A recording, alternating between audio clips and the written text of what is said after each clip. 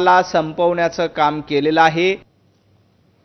मुंबईतल्या वांद्रे रेल्वे स्थानकाच्या पूर्व दिशेला उभ्या असलेल्या गरीबनगर भागातील अनधिकृत झोपड्यांवर पश्चिम रेल्वेने कारवाई सुरू केली आहे। शेकडो पोलिसांच्या बंदोबस्तात कालपासूनच या अनधिकृत झोपड्या हटवल्या जात आहेत। मात्र आज कारवाईच्या दुसऱ्या दिवशी काही समाजकंटकांनी पोलिसांवर जोरदार दगडफेक केली आहे। परिसरातील इमारतीवरून काही पुरुषांसह महिलांनी पोलिसांवर दगडफेक केली। या दगडफेकीची संपूर्ण घटना माध्यमांच्या कॅमेऱ्यात कैद झाली। पोलिसांनी लाठीमार करून दगडफेक करणाऱ्या समाजकंटकांना ताब्यात घेतलं। दगडफेकीत काही पोलिसही जखमी झाले। उद्यापासून आणखी 3 दिवस ही कारवाई सुरू राहणार आहे। बांद्रा स्टेशन के पास गरीबनगर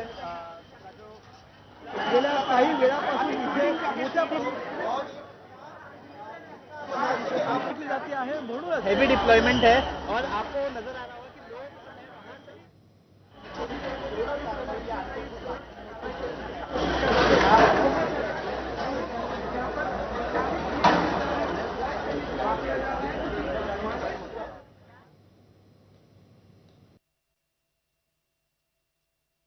अतिक्रमण तोडक कारवाई चालू आहे। त्याला मुंबई पोलीस दलातर्फे संरक्षण देण्यात आलेलं आहे, प्रोटेक्शन देण्यात आलेलं आहे। ही कारवाई जी आहे ती माननीय न्यायालयाच्या आदेशाप्रमाणे होत आहे। तर ही कारवाई आज चालू असताना काही समाजकंटकांनी त्यावर जे डिमोलिशन स्क्वॉड आहे आमचं त्याच्यावर दगडफेक करण्याचा प्रयत्न केला। त्याला मुंबई पोलीस दलाने ॲप्रोप्रिएट बळाचा वापर, योग्य बळाचा वापर करून त्या लोकांना पांगवलेलं आहे।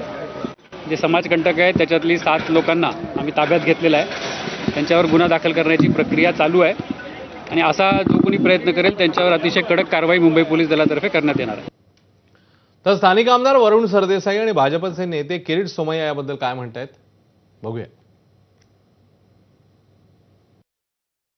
प्रत्येक गोष्टीमध्ये राजकारण आणायचं, प्रत्येक गोष्टीमध्ये हिंदू मुस्लिम नॅरेटिव्ह तयार करायचा, ही एक भाजपची जुनी जी काय स्ट्रॅटेजी आहे ती परत एकदा त्यांनी प्रयत्न केला।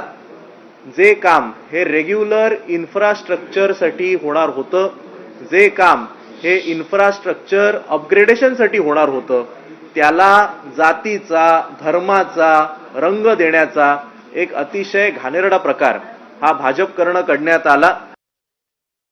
एक गोष्ट आपल्या लक्षात आहे की लेन जिहाद माफियावाले हे सगळे उद्योगधंदे करतात। त्याच्यासोबत वोट जिहादवाले ठाकरे सेना, काँग्रेस हे त्यांच्यात पार्टनरशिप करतात। आपण बघितलं धारावीची मस्जिद अनधिकृत कोर्टाने घोषित केली आणि 12 तासात उद्धव ठाकरे सेना नेता आणि काँग्रेस 10,000 लोकांचा मोर्चा घेऊन गेले, तरी आम्ही ते मस्जिद पाडू शकलो नाही। मला प्रचंड अफसोस होता। यावेळी रेल्वे टर्मिनसचा विकास उद्धव ठाकरे सेना किंवा राहुल गांधी काँग्रेस थांबवू शकली नाही। उपमुख्यमंत्री अजित पवारांच्या अपघाती निधनानंतर दोन्ही राष्ट्रवादीचं विलिनीकरण हा सर्वात जास्त चर्चेचा आणि वादाचा विषय ठरला होता।